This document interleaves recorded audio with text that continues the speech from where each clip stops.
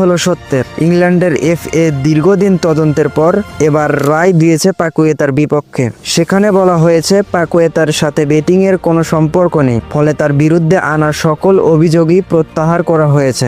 আগামী দিনে তাই নিষেধাজ্ঞার সম্ভাবনা নেই এই ফুটবলারের বিরুদ্ধে। দ্য টাইমসের বরাত দিয়ে গোল সহ ইউরোপের বড় বড় গণমাধ্যম এই সংবাদ প্রকাশ করে। এদিকে নির্দোষ হওয়ার পর অনেকেই দেখছেন পাকুয়েতা তার জাতীয় দলের ফেরার সম্ভাবনা। কারণটা অনেকদিন ধরে জাতীয় দলের নিয়মিত অংশ ছিলেন পাকুয়েতা। এছাড়াও প্রিমিয়ার লিগের সেরা মিডফিল্ডারদের মধ্যে একজন ছিলেন তিনি। তবে মামলার তদন্ত চলাকালীন প্রভাব পড়েছে তার পারফরমেন্সে। স্বাভাবিকভাবেই এমন কিছুর দায় মাথায় নিয়ে আগের মতো জ্বলে ওঠা যায় না। তবে নির্দোষ প্রমাণ হওয়ার পর আবারও আত্মবিশ্বাসী হয়ে মাঠে নামতে পারেন এই ব্রাজিলিয়ান।